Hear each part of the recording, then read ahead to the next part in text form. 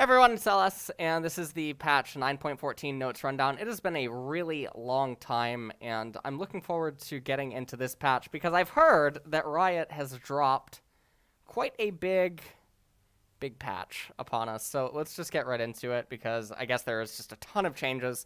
Teamfight Tactics patch notes are out as well. I'm actually not going to be rundowning that.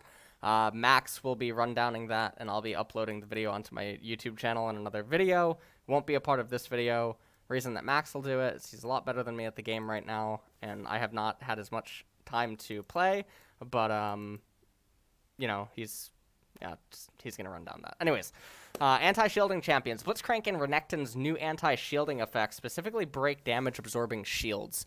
Blitzcrank R now destroys shields on enemies before dealing damage and silencing. R static field. Static field now removes shields on enemies before its other effects, damage and silence. This isn't that big of a change, and it's certainly not going to magically make Blitzcrank become pickable. Some of the shield champions he already ends up countering naturally. The fact that he has to be inside of opponents in order to break a shield or something is just sort of luxurious. The only instance where this probably ends up coming into play is it helps Blitzcrank scale a little bit later into the game against tanks that want to use, like, Sterix. But aside from that, it's not too big of a change, and it's not magically going to propel Blitzcrank into the limelight. Renekton. Empowered W now breaks shields on targets before dealing damage and stunning. Wow, okay. Ruthless Predator destroys existing shields on targets when empowered with 50 Fury before its existing effects, damage and stun. This is really, really good for Renekton top lane against all of the shield champions that used to be able to give him a little bit of problems. I would imagine this actually helps him in the Tahm Kench matchup, even though Renekton already can annihilate Tahm Kench if you're playing correctly, at least at the higher end MMR. With that being said, Renekton has already been coming back a little bit in pro play, especially comboed with the Elise for the pretty old bread and butter combo of Renekton Elise. So these are two really interesting changes that I really, really like to see. Anti-healing champions. While all the other current healing reduction sources in the game cap out at 40%, Katarinas and Kleds will be at 60%, making them uniquely powerful and better than items like Executioner's Calling against specific healing team compositions. I need more bandages. 40% healing to 60% healing reduction. We did see Katarina was hovered recently in LCK, but she didn't end up getting picked. I don't think that she's a competitive champion, but obviously Katarina mains will rejoice. Ultimately, this is only going to impact a very small amount of damage in the mid to late game. Obviously, there will be instances where it can do something much, much more than that, but those are going to be very few and far between, so it doesn't really matter. Kled. Q-pull now applies healing reduction. Pulls in an enemy, reducing all healing on them by 60% for 5 seconds. This is fantastic for Kled's top lane matchups. Kled jungle, I mean, obviously this doesn't really do all that much, but people aren't really playing Kled jungle, so it doesn't matter. Flat damage reduction champions. Leona and Fizz will now be a little stronger against opponents with death by 1,000 cuts type of damage patterns like on hit and dot champions. Passive reduces all sources of damage. Passive nimble fighter. Damage reduction 4 to 14, levels 1 to 16 against basic attacks 4 plus 0.01 ability power against all sources of damage. Maximum 50% reduction.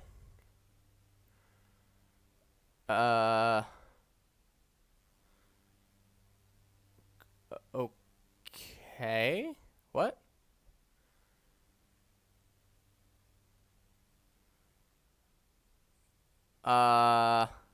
That's really bad. That's really bad.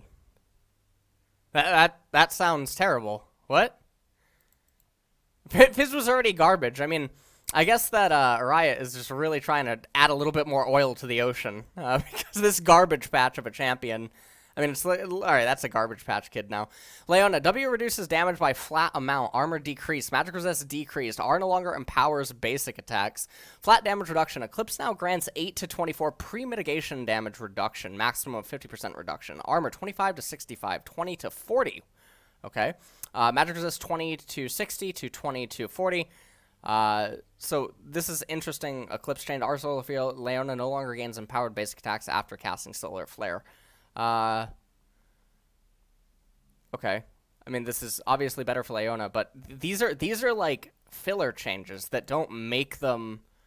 So like the Leona change Kled, Katarina, well, not really Kled. Katarina, Leona, and Blitzcrank chains are all just filler.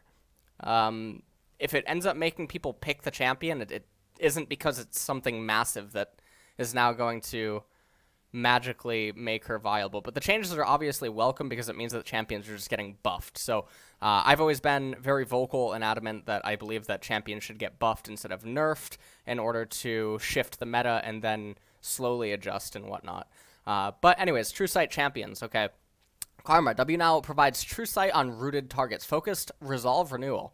Focused Resolve Renewal now reveals successfully rooted targets for the duration of the root as well. Again, it's very luxury. Very few instances will you chase an opponent into a brush or something like that without already having a ward inside of it. So for top lane Karma, maybe it affects some of the trades, and it applies a few nuances with the 3 brushes up in top lane, but for the most part, it doesn't really influence all that much. Down in bottom lane, there's very few instances where you chase a support or an AD carry into the brush that isn't already warded. LeBlanc, E now provides True Sight on rooted targets. Now, this is one where it can have an effect because LeBlanc's whole smoke and mirror gameplay does come in the mid to late stages of the game where vision is being contested, it is being fought over, and now for the people that are wondering, well, you can do that on Karma too. No, no you don't. A support Karma doesn't chase a primary carry into a brush and then get popped by 3 auto attacks or something at 35 minutes into the game like a LeBlanc who's threatening to kill them with the excess damage. So it's a very, very different dynamic. I mean, you can make the argument for top Karma being able to provide True Sight on rooted targets in the later stages of the game, but top Karma is also conducting herself in a very different manner from LeBlanc and has less options available to her due to the nature of LeBlanc's mobility. Morgana, R now provides True Sight on stunned targets. This doesn't really matter either. These are... Okay, so LeBlanc's matters, Karma and Morgana not really. Anti-mobility champion. Because mobility is such a prominent feature on many mainstay champions, we're increasing the power and number of anti-mobility options players have against them. This should open up more opportunities for Ahri, Cassiopeia, and Poppy to outplay their slipperier opponents without increasing their overall power. E now cancels in-progress dashes, bonus damage duration increased. Ooh. Stop in the name of love. Charm now cancels in-progress dashes. Bonus damage duration 5 to 3 seconds. The 5 to 3 seconds is completely fine because if you're sentient, you're already comboing the damage for maximum effect.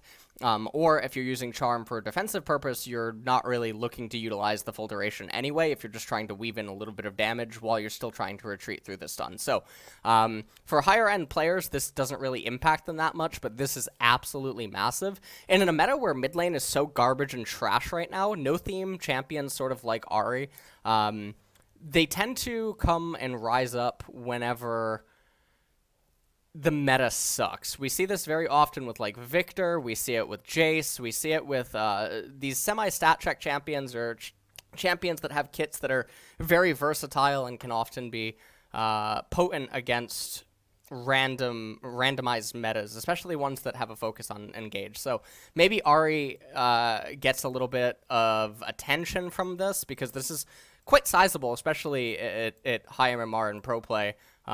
This does add more flexibility to her.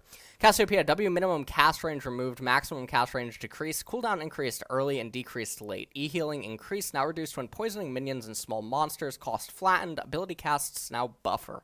Outside of the flexibility and mobility, Cassio is getting too much out of just a few or 1 points in her E, so we're amping up the value at later ranks to encourage a full rank up.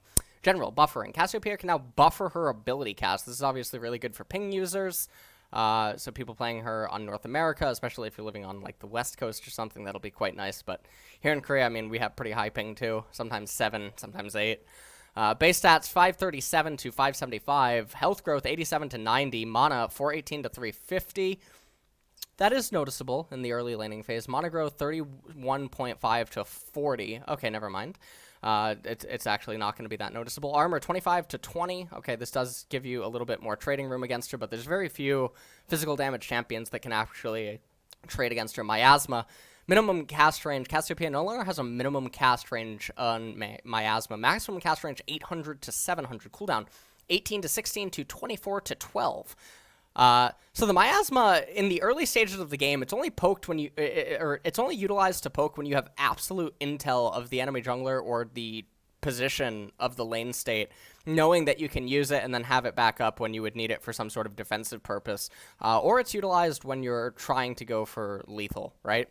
So the extremely heavy cast time on it doesn't really matter all that much. Adding 6 seconds to it is going to be somewhat painful. The real scary thing is the fact that it gets 4 seconds off in the late game.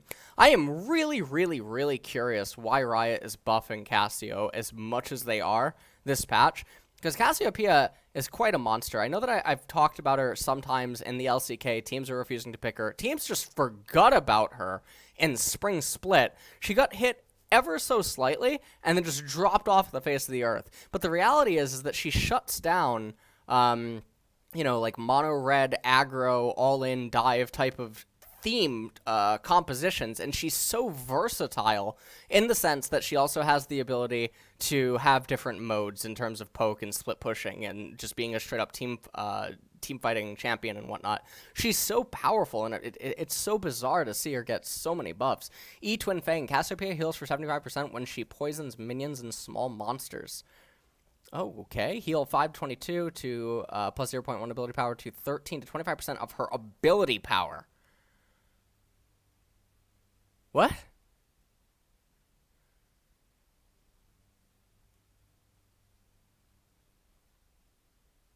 Cost 40 to 50 at all right. Wait, what?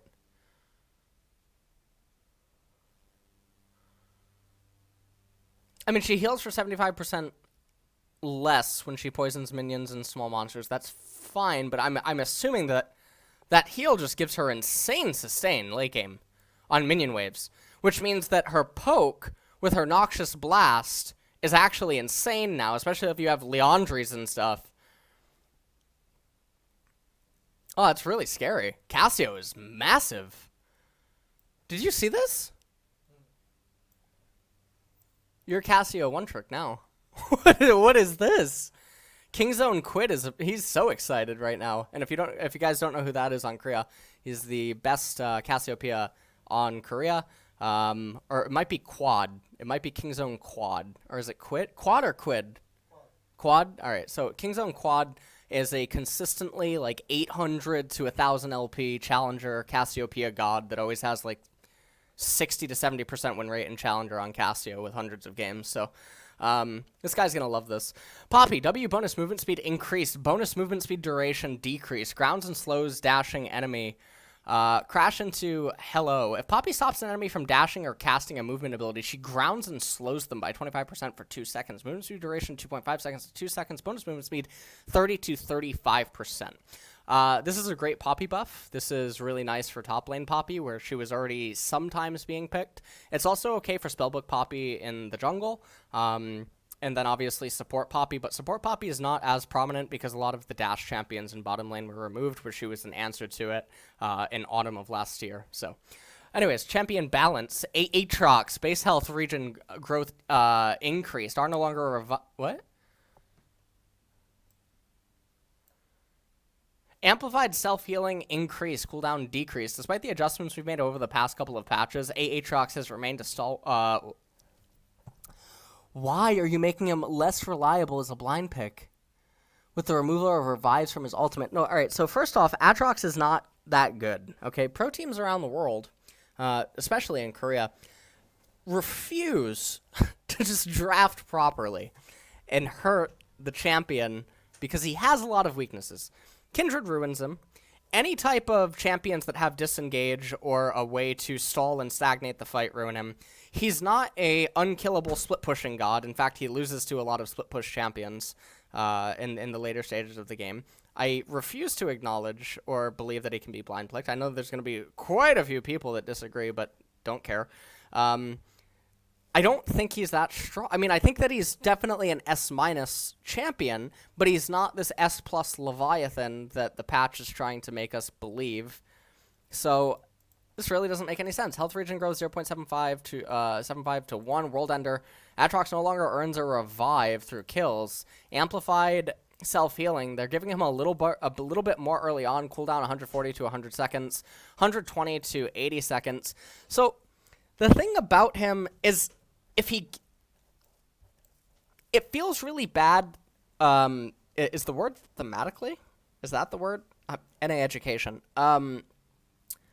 Thematically, I believe that's the word. I'm gonna feel like an idiot if I'm wrong. But anyways, it feels really bad thematically that for a champion whose lore is about coming back and about reviving, and that's his champion identity, that they just remove it from him. That just feels really, really weird. It definitely feels like they could have just gutted all of his stats and thrown him into the wasteland of PvE until they better decided what to do with him, rather than outright removing one of his defining characteristics of a champion, especially because all the Vorthos players that might play League might really, really hate this. And what I mean by that is, like, all the people that they play champions because of their lore. Obviously I'm referring to the casual player base right now, or the silent majority is what I like to call them. So this is a very peculiar change. Now, what I will say from the competitive aspect, though, is that if Aatrox dies before he gets a kill, obviously this doesn't really matter. But the amplified healing early on is kind of scary, because if he gets a kill anyway, you're almost not bringing him down, regardless. Very few times does Aatrox get a kill and then you get to still kill Aatrox and then he revives. And if he does revive, he revives with such a paltry amount of HP that he's often out of the fight anyway. So not having the revive isn't the end of the world for him. No pun intended. I'm a freak. All right, so not having the revive isn't the end of the world. In fact, this is actually probably a buff in most cases. This is probably a buff in most cases. Yeah, I think it's actually a buff. I think Aatrox actually got buffed. All right. So, okay. Akali. Let's take a look.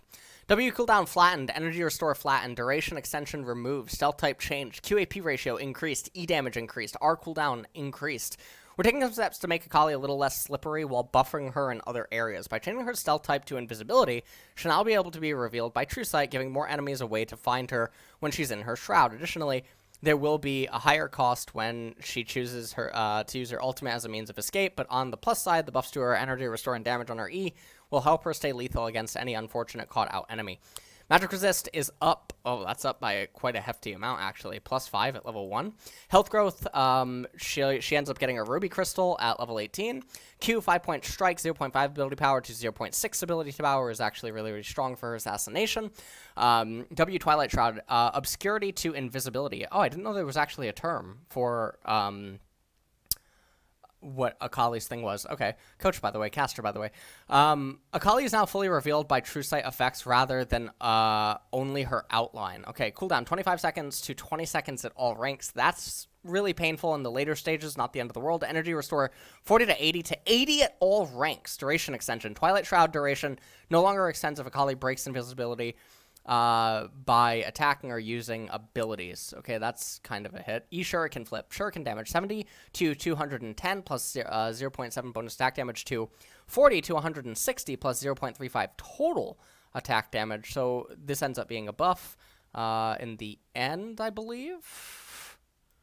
You're going to have to watch like Freak's patch rundown to know what these changes are going to end up meaning. 160 plus 0.35 total attack damage. So this isn't the end of the world. This is a buff. Yeah, this is a total buff. Dash AP ratio 0.5 ability power. Oh, perfect execution. Cooldown 100 to 70 seconds to 120 to 100 seconds. This is completely fine. So being able to place a pink ward and mess her up, though, makes her a lot more vulnerable to ganks. I think that if you pilot Akali really well and you pick her in counter matchups, she is definitely a much bigger force to be reckoned with. But she's a lot more susceptible now. Wait, pink wards don't reveal her? What do you mean? She's invisible. You know, I don't even know what these terms mean now. You mean, all right, so if you're in close proximity to her, though.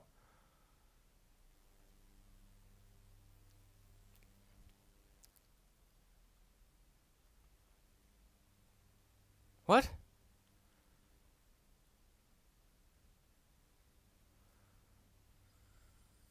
Only true... Okay, you know what? I'm mad. Oh, she's like, Shaka. Okay. All in all, these are really good competitive Akali buffs for both mid and top lane. So, okay. Alistar, base mana and mana growth increased mana 278 to 350, mana growth 38 to 40. Giving Alistar a boost in average play without making him overbearing in pro. This increased the mana help for those who may struggle with monitoring their resources in lane. Okay. This doesn't really do anything.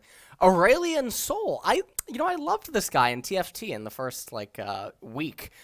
Q max stun duration and radius growth per second increased. E max movement speed now scales with level. Q star surge. Maximum stun duration 1.65 to 2.25 seconds to 2.2 to 3. After traveling, minimum stun duration still 0. Wow, these are star radius growth increased by 33. That's actually quite a big buff. But maximum bonus movement speed 25% to 45% to 25% to 45. What? Oh, they changed it to levels. Oh, so you can just put a point of E in it. Oh, these are big Aurelion Sol changes. It doesn't change the fact that he doesn't have a lot of damage, but as long as everyone else doesn't have damage, then suddenly he becomes viable. This is sort of like what I was talking about with Ahri up above. The one thing that I am really worried about, though, is that I'm not even halfway down the page, but there has to be more changes because otherwise Cassiopeia is just going to dominate this game. Let's move down. Bard, base health increased, health regen decreased, E-travel speed increased, ally bonus speed flattened, health 535 to 575, health regen 7.5 to 5.5, E-magical journey 800 to 900, ally bonus speed 10 to 50% to 33% at all ranks, but the travel speed is already buffed, so the way that I believe this all ends up happening, I was reading a conversation, I think, with Rusty, Fevy Knight, and one of the Riot Balance members, and so basically Bard is just buffed super with the magical journey, and obviously the base health stats and the health regen going down, but the base health going up is probably all that really matters for the early parts of the laning phase. The E-travel speed is so. The problem about this, though, is that this is luxury early on. This is very, very luxury early on. There's probably very few instances where this ends up being applicable to a win. So ultimately, Bard is still essentially the same champion. So that's a placebo. It's not entirely a placebo, but it's pretty close. Diana, passive and R bug fixes. Q arc speed decrease. W cost bug fix. Crescent strike. Inner arc speed 2100 to 1900. Outer arc speed 2300 to 2100. W pale cascade 40 to 70 mana. To 40 to 100 mana. Passive no longer occasionally do unintended additional damage to turrets. R Lunar Rush. Lunar Rush can no longer reset twice when a reset was timed with the new application of Moonlight. Okay, that's nice. Diana sucks. Galio. Passive cooldown reduction removed. Cooldown decrease. Damage increase. Okay, you know what? Sometimes I do this and people don't really like it, or they misunderstand when I say that something sucks. For instance, I said that Rek'Sai sucked, and it took people quite a lot of time to realize that Rek'Sai wasn't really all that. I mean, after a few weeks, competitive players basically said that, yeah, Rek'Sai was really good against melee champions, but for the most part, Rek'Sai begins to feel really bad at 2 and 3 items. Champions kits are fundamentally what you have to look at when the numbers aren't magically buffed. So rather than just skipping over her, I'll elaborate a little bit more. She has too much of a reliance on items. Her kit has some anti-synergy in itself that requires her to itemize a certain way, and it requires her to be up against a certain team composition. Because of this, all the stars have to align. See what I did there? Because I'm talking about Diana. All right. Anyways, but because of this, she can only be a viable counterpick to certain champions. Some people on Korea, I'm not sure about other regions, they were trying to potentially use her against Akali, but it wasn't really working all that much. She just doesn't feel like that good of a champion. She basically feels like Akali's mom, in the sense that Akali is just able to do everything that she wants to do, but better and more effective, and has better itemization for the most part. So, all right. Galio, passive cooldown reduction removed, cooldown decreased, damage increased, Q cooldown and damage increased, cost decreased late, W now interruptible by CC and restricts flash during channel, self-slow decreased, base stats, mana growth 20 to 40, passive colossal smash, wait, base mana growth 20 to 40 is obviously really big. Passive Colossal Smash, cooldown reduction. Cooldown is no longer reduced by every time Galio hits a unique enemy champion with an ability. Cooldown 8 to 5 seconds. So in most cases, this will actually end up just being a buff, but it messes up his full combo. So his full combo gets hit by this, but in most instances, it will end up being a buff. Damage 12 to 80, levels 1 to 18, plus 1.0 total attack damage, plus 0.5 ability power, plus 0.4 bonus magic resist, to 15 to 160. Okay, so the base is up. Levels 1 through 18, plus 1.0 total attack damage, okay, plus 0.5 ability power, okay, plus 0.6 bonus. Okay, so basically, wait, why did they X out this and this if it's the same? You can just X out this. What? Am I missing something?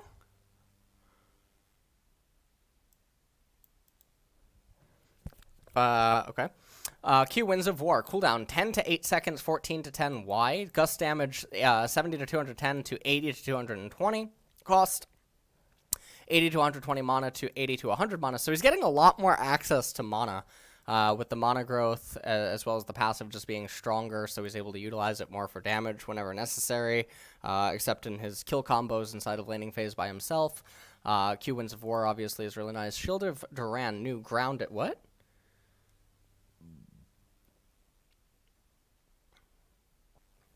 What?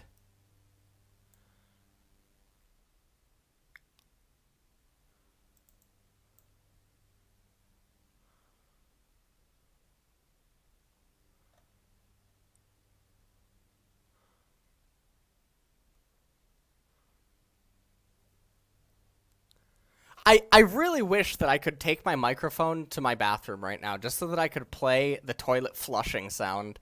I would really like to just play a toilet flushing right now.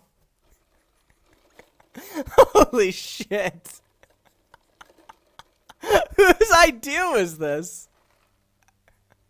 Oh, man. Okay. Alright. Alright, see you later, Galio. Galio's like the toy that you put away. He's like, they need to just make a Buzz Lightyear skin.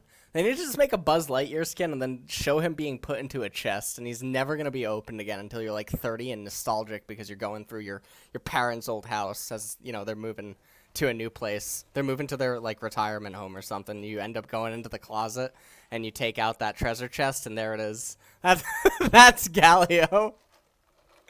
Oh, man. Oh, God. Alright. Jhin, W cooldown decreased, root duration increased, adding some power into the part of Jhin's kit that rewards timing and coordination. Okay. Cooldown 14 seconds to 12 seconds, root duration 0.75 to 1.75 to 1 to 2.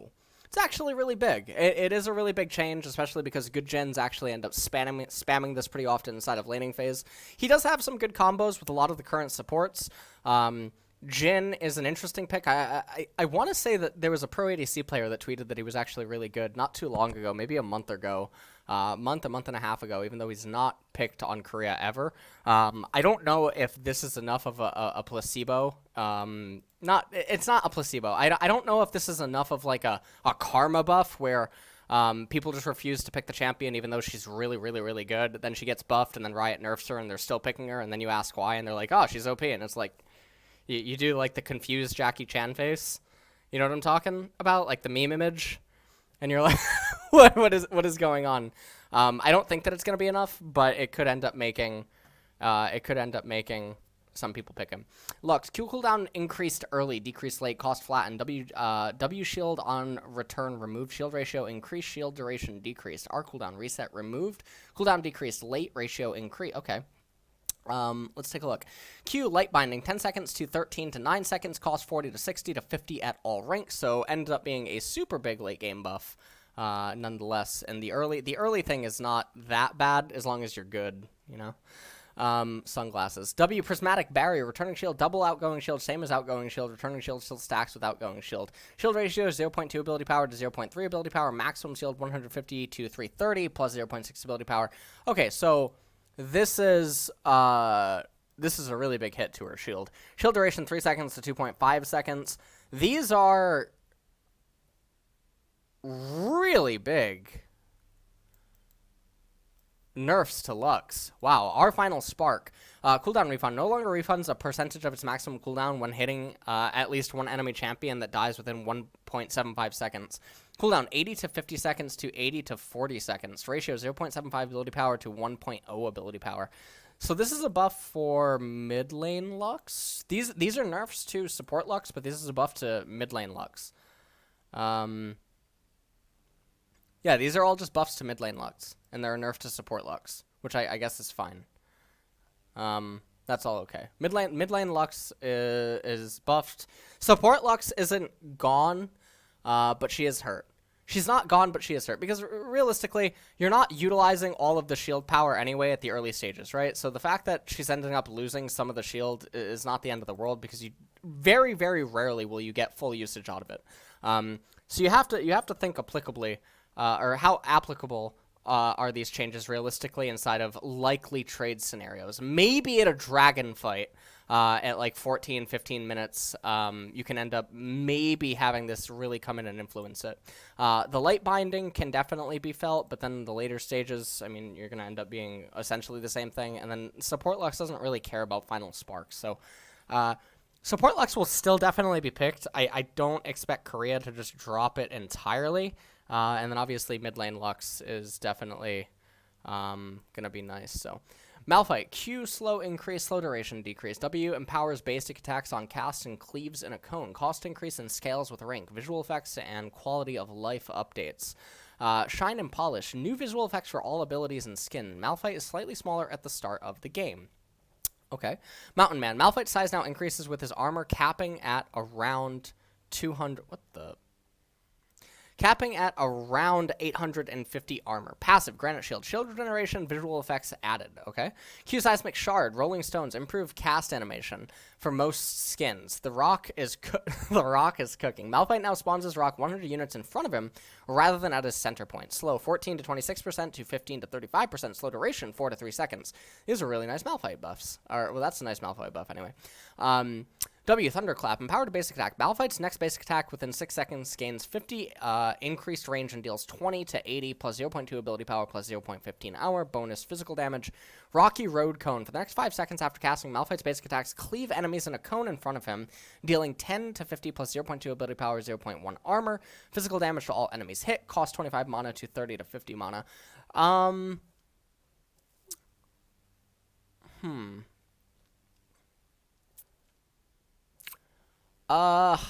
If it had percentage damage, I would say that Malphite would be back. I'm trying to think. I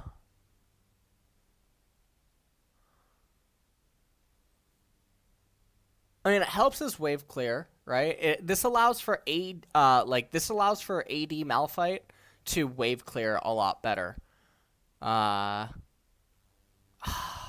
Malphite's probably viable, to be completely honest. He's probably viable, and this will help him a little bit, but I don't think that it's going to be magically viable. Like, in the sense that he's just able to be picked against everything. So, okay. Mordekaiser, passive base damage decreased, E magic penetration decreased late. Damage, 8 to 25 to 5 to 15. This is really weird. A lot of Korean players are basically saying that Mordekaiser isn't that good. So I'm unsure why he's getting nerfed again. No longer activates on Mordekaiser's corpse if it... okay, whatever. Death's Grasp, 5 to 25... why nerf him? What?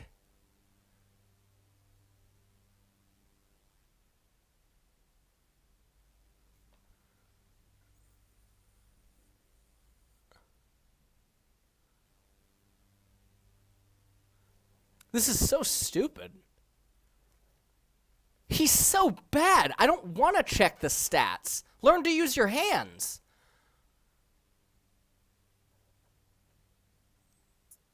He is so terrible. Oh my god, his E is so easy to dodge. He's completely unviable at pro play. He can only go in one lane, realistically. He can only go in one lane. Well, he can almost go into. Really, he needs, like, the stars to align for the matchups. This is... Why remake the champion if you're just gonna permanently put him into the silent majority's playing ability and no one else's? Just remake him again. Okay, congratulations. You messed up. Awesome. You know, sometimes, it happens. Sometimes it happens. Sometimes you just completely botch a rework. That's okay. That's all right. All right. Actually, that's a really good point. Someone in chat just brought out that Mordekaiser's Death Grasp, NA ping average, as well as maybe EUS, depending on where you live, it might be hard for them to avoid some of his abilities because of the ping. It's probably a lot easier. I mean, if the lower that your ping is, the worse the champion is definitely gonna feel. Oh, man. All right. That's, like, when you have abilities like this that are so oppressive, and they're, like, okay, Darius, you can play around him because you have to space, right? But even Darius on NA, I mean, he's on my tier list for a reason, okay? He's so good because people can't space against the apprehend. And ping is actually a really big component.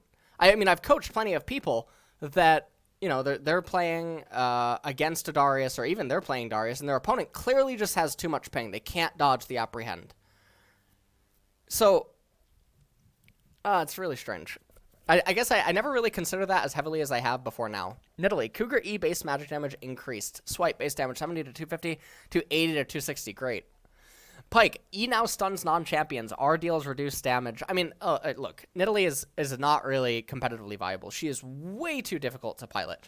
The only time that you can pick Nidalee and get away with it is if you're against BBK Olivers in Challengers Korea Summer. Anyways, Pyke, E now stuns non-champions. R deals reduced damage to surviving enemies. Now grants Pyke additional Your Cut gold as well. Pyke's 9.13 changes against had the intended outcome of equalizing performance between Pyke and solo Pyke, but left Pyke with some room for buffs. All right. Phantom Undertow. Phantom Undertow now stuns non-champions but deals no damage to them. Ooh. That's actually really cool. Death from below deals 50% reduced damage to enemies that survive death from below. Ooh. Okay, when Pyke kills an enemy with death from below, the last assisting ally, and Pyke are granted Your Cut. Wait, what?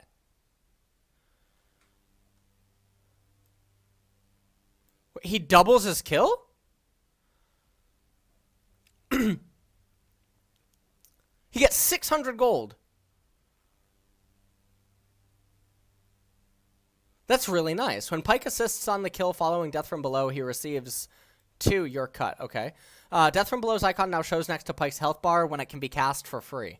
That's actually really cool. This is obviously really good for support Pyke. This also is really cool for his identity. I think that's really awesome. Do I think that it makes up for the Pyke changes that they did? No, absolutely not. Ryze, base health regen and health regen growth increase Q and E bug fixes. Now this is interesting. So we recently saw Ryze in the LCK. I'm not sure about if he's popping up elsewhere. But I do know that Koreans, unlike Mordekaiser, do think that Ryze is actually viable. So this is...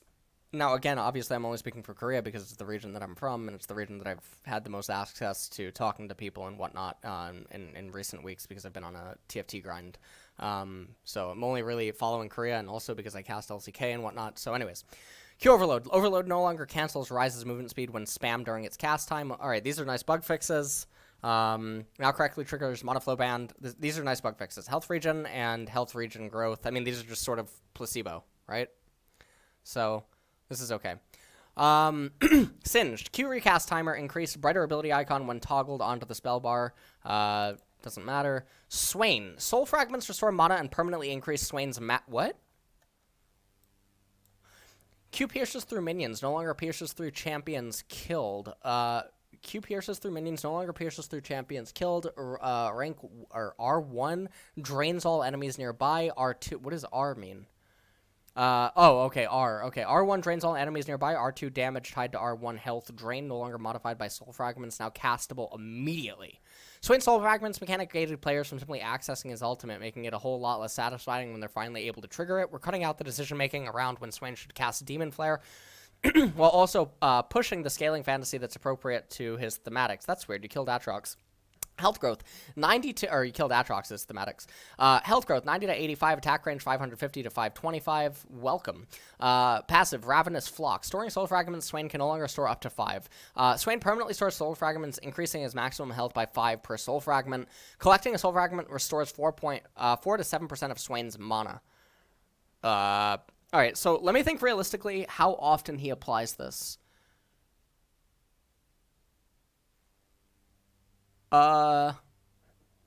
Maybe he doesn't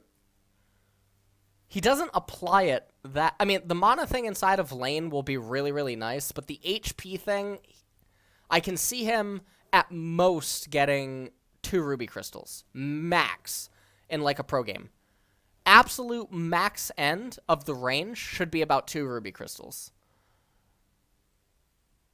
Absolute max in pro play should be about 2 ruby crystals, which is 800 gold value, which is actually, I guess, quite nice for a passive buff. Q, Death's Hand. Killing a target no longer restores 3% of Swain's maximum mana. Oh, okay, that's not good. Bullets now always continue through minions, but stop on impact with enemy champions. That's really good. Cooldown 7.5 to 2.5 seconds to 10 to 4 seconds. Range 725 to 625. Angle between bolts 8 to 10. Demonic Ascension costs 0 mana to 100 mana. Bonus health 150 to 400 to 125 to 275 plus 5 per soul fragment.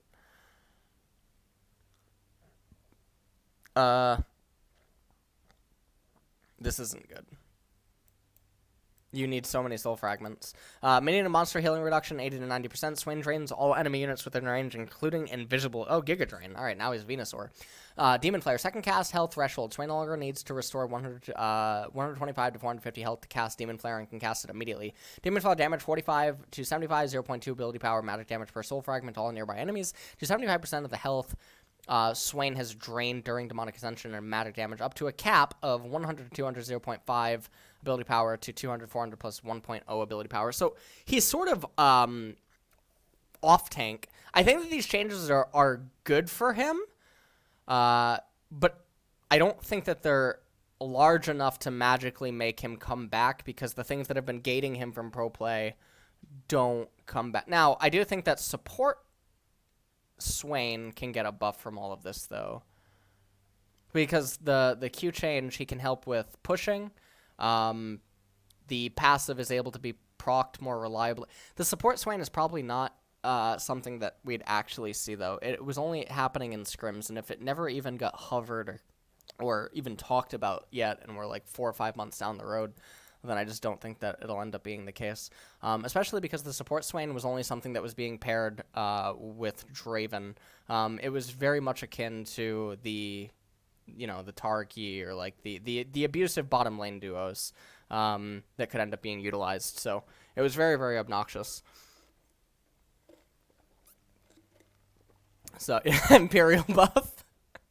All right. Sylas. Passive damage versus minions less reduced. Q detonation damage increased. E-shield granted on first cast.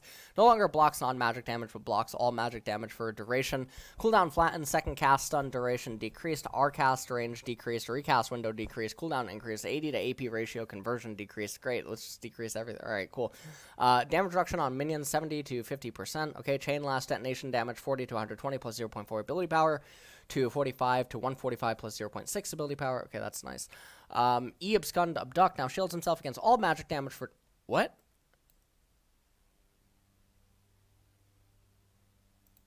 What?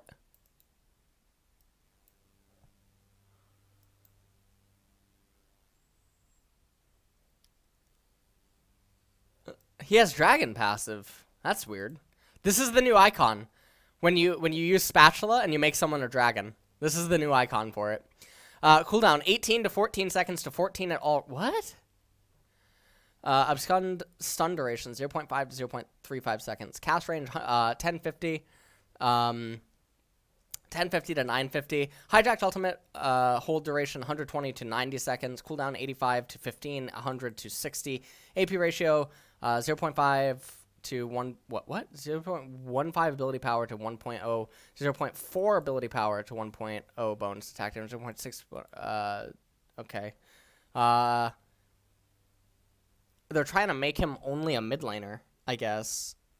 I mean, so for jungle Sylas, this doesn't really matter all that much. This doesn't really matter, so this is the rank that you mostly have to look at. The hold doesn't really matter as well. Cast range isn't the end of the world either. I don't think that it only makes him a mid laner. I think that it's an interesting change. So, okay, Thomas Kench. Passive damage health scaling. Increase stacks no longer increase ability damage. Abilities no longer apply stacks. What? What? Whoa. Q no longer has a melee range arc. Stun now consumes all stacks. What? W1 nearsight on enemies removed. W2 stun on enemies removed. E stores less gray health but heals for a higher percent. Cooldown reduced but starts on a shield expiration. We're taking a sweeping pass at some of the things that make Tahm Kench unnecessarily frustrating to play against, notably the constant CC that plagues opponents in his lane, and his Q large melee hitbox, and he can now devour blue and red buffs because that seems like it could be fun. Haha. Abilities no longer deal bonus magic damage based on passive stacks. No food. Abilities no longer apply an acquired taste stack. On hit damage, 1.5%. Tom's max HP per stack to 2.5%. Tahm Kench's max health at any number of stacks. Q tongue lash cooldown 8 to 4 seconds to 8 to 6 seconds. Melee hitbox no longer hits enemies in a wide arc in front of Tahm Kench on cast. Fishing with electricity, stunning an enemy with tongue lash consumes all stacks of an acquired taste. What? Slow 50 to 70% to 30 to 50%. Slow duration 2 to 3 seconds. Stun duration 1.5 to 2 seconds. W devour regurgitate. Enemies are no longer nearsighted while devoured. Enemies are no longer stunned for 0.25 seconds after their regurgitated. Damage ratio 9 to 13% to a just fucking remake him at this point. Jesus Christ. Maximum monster damage 400 to 500. Tahm Kench can now devour and regurgitate blue sentinel and red brambleback. Ethic skin 80 to 100% of the damage. Alright, just remake him for fuck's sake. This is like a I don't even know what this is. Alright. Urgot. W recast timer. Making our toggles more consistent in timing so they can get canceled less. W purge 1 second to 0.5 seconds. Yuumi. Passive shield decreased. Monostor removed. Q empowered. Damage decreased. Cost increased. Oh, is this patch still going? Where am I? Oh my. Wow, this is big. Passive bop and block 80 to 300 levels 1 to 18, 50 to 300 levels 1 to 18. Mono restore. Yuumi no longer restores mono while she hits an enemy with an empowered basic attack. Okay. Q prowling projectile empowered damage 60 to 285 plus 0.6 ability power to 50 to 275 plus 0.65 ability power. So feels well later it'll end up being fine, but whatever. Cost 60 to 85, 75 to 100 mana. Ease zoomies up to 100% to 130% on targets missing health. Healing from AP ratio. Steals tails up to 300. Yuumi's still fine. Yuumi's still completely fine. Yeah, Yuumi's fine. Yuumi's completely fine. Okay. Alright. Range top laners. Jayce, attack damage decreased, attack damage growth increased. Q base damage decreased early, increased late, damage ratio increased. Attack damage 58 to 54. Attack damage growth 35 or 3.5 to 4.25. What? So he only needs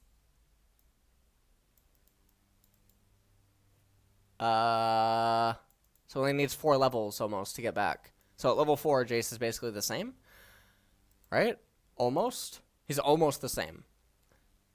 Shock blast damage 70 to 295 plus 1.0 bonus stack damage to 55 to 305 plus 1. Wait, Jayce got buffed. What?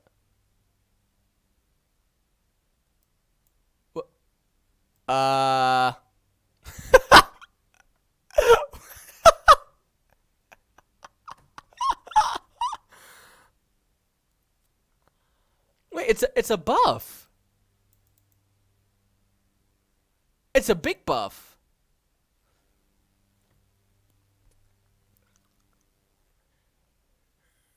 Okay, alright, let's take a look. Kennen, attack damage and attack speed decreased, attack damage growth increased, E bonus attack speed increased. Attack damage 50 to 50.544 to 48, attack damage growth 3.3 to 3.75, attack speed 0.69 to 0.625, E lightning rush, bonus attack speed 30 to 70% to 40 to 80%. Okay, so... Wait, what? Why are they doing this? They buffed again. I mean, Kennen's just a worse Neeko, though. So people that pick Kennen had a lobotomy. That's pretty much it. So, anyways, I mean, if Neeko's available and you pick Kennen, you're inting. That's just actually how it works. You're trolling all around if you pick.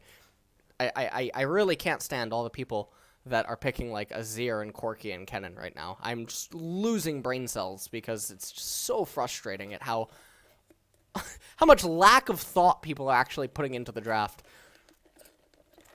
But anyways, Neeko. Attack damage, let's see. Attack damage and attack speed decreased. Attack damage growth and attack speed growth increased. Passive no longer breaks when Neeko basic attacks enemy champions. W passive movement speed decreased. Attack damage 52 to 48. Attack damage growth 2 to 2.5. Attack speed 0.645 to 0.625. Attack speed growth 2.5% to 3%. What?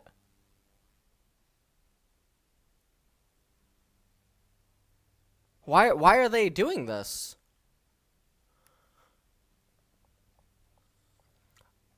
Kennen, Neeko, and Jayce all have the following attributes that give them this powerful flexibility and dominance. Exceptional, normally enhanced basic attacks, and powerful and often low cooldown disengage abilities. With these changes, we're attempting to push these champions' harass power down for the first few... No, it doesn't push the harass power down at the pro level. In fact, it just makes it worse.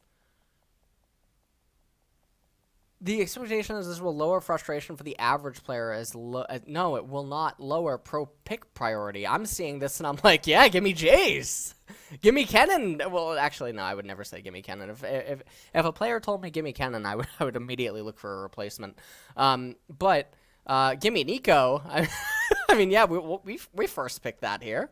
What is going on? All right. Attack damage and attack speed. Alright, so passive. Inherent glamour. Neeko no longer loses her disguise when basic attacking enemy champions. W shape splitter.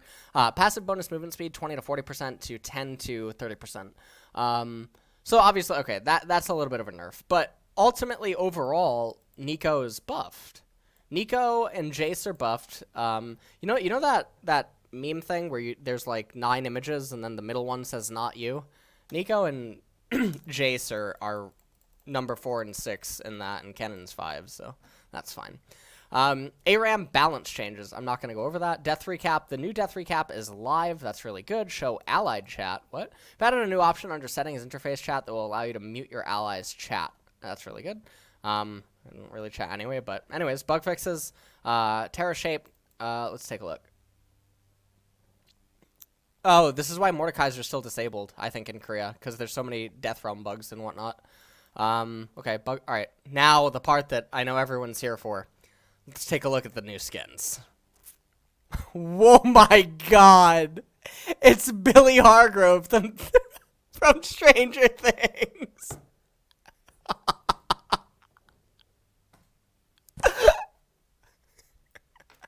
Oh my god, it's Billy! Hold on. Wait.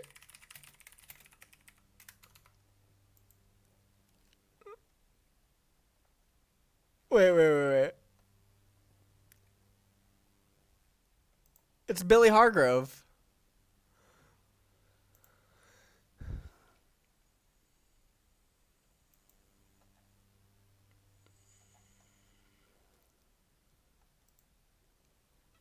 How do I do this? Hold on.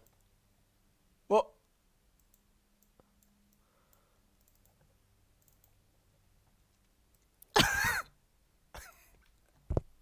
Stranger Things.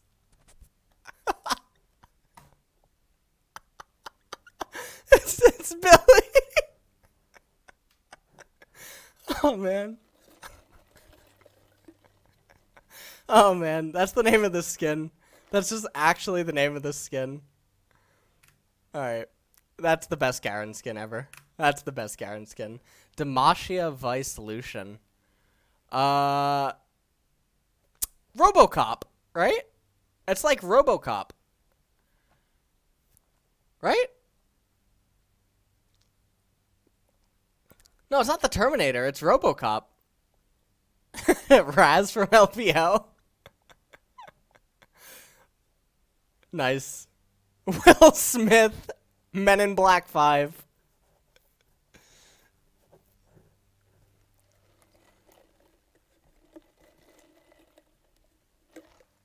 Alright, both of these skins are pretty good. Both of these skins are excellent. Oh my god, Billy Hargrove has a wardrobe. Oh man. What an absolute unit of a skin. Oh, these are actually all really, really cool skins. These are cool skins. I really like these skins. Okay? I like all of these skins. This is cool. Alright, so the skins, pretty A+. Let's do a recap on everything. I'll do competitive and solo queue. Blitzcrank competitive and solo queue doesn't really change all that much. There's going to be very few instances where the static field is able to be applied inside of a team fight because you have to be already on top of the champion. Okay. Renekton is actually a very big competitive and solo queue change. Katarina, luxury. Kled, luxury. Not luxury, but solo queue and competitive, it doesn't really do all that much. Passive, Fizz was nerfed. Leona, doesn't really matter. Karma doesn't really matter all that much. LeBlanc matters for pro play. Morgana doesn't really matter. Ahri can matter for solo queue and competitive as well. This is actually a really nice change that can maybe help this no-theme champion get onto the Rift. Cassiopeia, I think, in theory, should be like top 3 mid laner now and top laner. Cass is probably just busted. I can't imagine how anyone would read these patch notes and not just be like, oh yeah, Cassiopeia is a champion. Because Cass is so strong against the current meta. And people, you know, they'll think, oh, well, Cassiopeia, there's counter champions that they can come in and beat her. And it's like, no, she does too much, and she's way too flexible and just shuts down too much of the meta. Poppy is actually a really nice change for Spellbook Poppy jungle, support Poppy, and top Poppy. AAtrox is actually buffed, so this is actually really nice. Don't expect to see Atrox going anywhere. So jungle and top Atrox are buffed. Akali is buffed, or, well, Akali's completely fine. Alistar doesn't matter. Aurelion Sol can potentially matter, but it won't matter if Cassiopeia is in the meta as well as some of the other champions that have been in the meta for the last couple of weeks. Bard doesn't matter. Diana does not matter. Galio, really sad for support Galio and for mid lane Galio. So probably just not going to see Galio anymore. This whole thing with the grounding, the shielded Durand is just really stupid because it takes away so much playmaking potential. And the changes of the game elsewhere doesn't really matter. Jhin could end up being a placebo, but I imagine that it would drop off. Or Jhin could end up being a placebo. I think that Jhin is viable in very few instances, and maybe we'll end up seeing him get picked because of this. Lux, support Lux is hit, mid Lux is buffed. Malphite, I think that he already is viable and has been viable, but maybe this will actually make people pick him sometimes. Mordekaiser is a bad champion that just got nerfed even harder.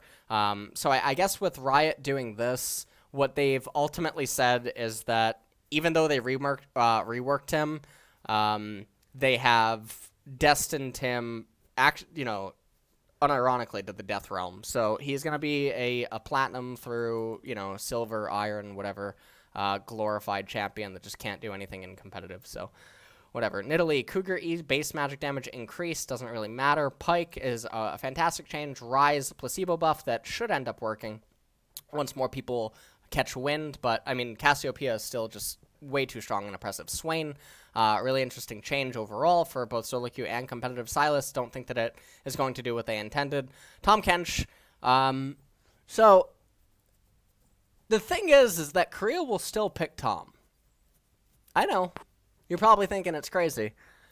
Korea will still pick Tahm. So will other regions still pick Tahm? Not sure. Korea will still pick Tahm. You can't kill the catfish, all right? But realistically, I mean, solo queue, he's dead. Solo queue, he should be dead. I mean, he should have been dead after his last changes, but NA and EU top laners apparently in solo queue can't utilize their mouse and keyboard. So that plus the fact that people don't know how to coordinate and all this other. I mean, he's punished for other people's problems. All right, hold on. Hold on. What is this? I remember.